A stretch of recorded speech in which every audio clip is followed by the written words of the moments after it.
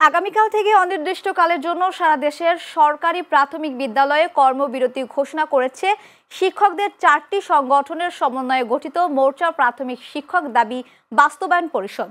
আজ সন্ধ্যায় এই কর্মবিরতির ঘোষণা করে পরিষদ।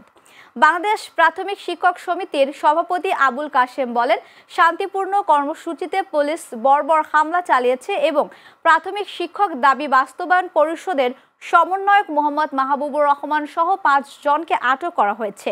তিনি আরো বলেন, দাবি বাস্তবায়ন না হওয়া পর্যন্ত সারা দেশে অনির্দিষ্টকালের জন্য সব সরকারি প্রাথমিক বিদ্যালয়ে কর্মবিরতি চলবে। কেন্দ্রীয় শহীদ মিনারে অবস্থান কর্মসূচিও চলমান থাকবে। এর আগে বিকেল 3:30টার দিকে 10ম গ্রেডে বেতন সহ 3 দফা দাবিতে কলম বিসর্জন কর্মসূচি পালন করতে শাহবাগে অবস্থান নিতে গেলে প্রাথমিকের শিক্ষকদের উপর সাউন্ড গ্রেনেড নিক্ষেপ ও লাঠিচার্জ করে পুলিশ।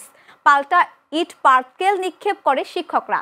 এতে পুলিশ সহ শতাধিক শিক্ষক আহত হয়েছেন। এছাড়াও সংবাদ সংগ্রহ করতে গিয়ে আহত হয়েছেন channel S a reporter Muntasir Mamun.